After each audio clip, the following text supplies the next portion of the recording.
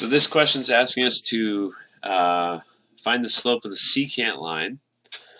So we're trying to estimate what the slope is, because look, they want to know the slope of the tangent line at 0, 2. So that means they want to know the instantaneous slope at x equals 0.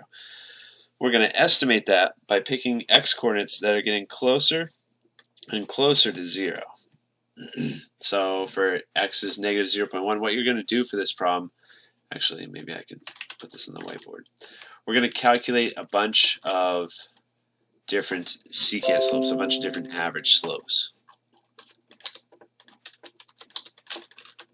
Okay, there's the function.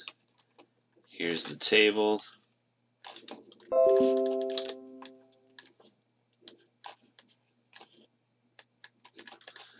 And they want it at 0, 2. So they want it at x equals 0. What's the slope at an instant at x equals 0?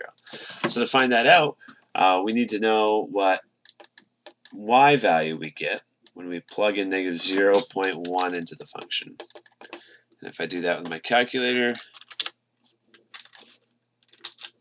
raise that to the third power, times 3 plus 2, we get 1.997.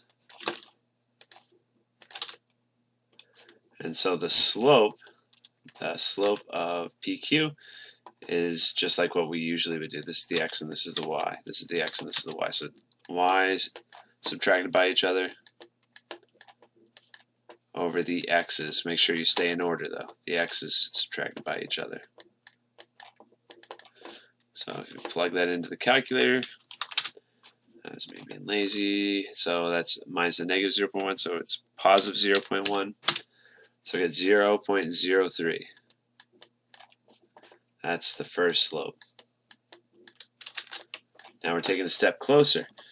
F of negative 0.01.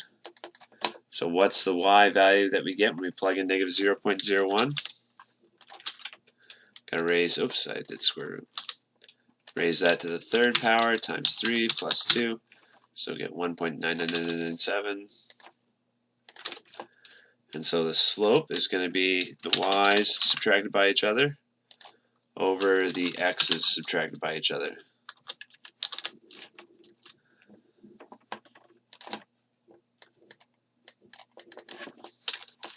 Okay, so if we do that,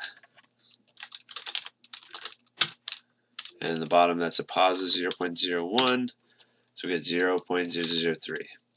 So I think you get the idea. This one's just kind of tedious. I got to keep going. 1 second. Yeah, okay. Making sure it's coming out right.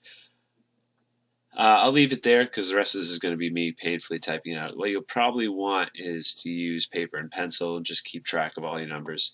But what we're seeing is that the slope is getting closer and closer to 0, right? I just got something that's 0.0003.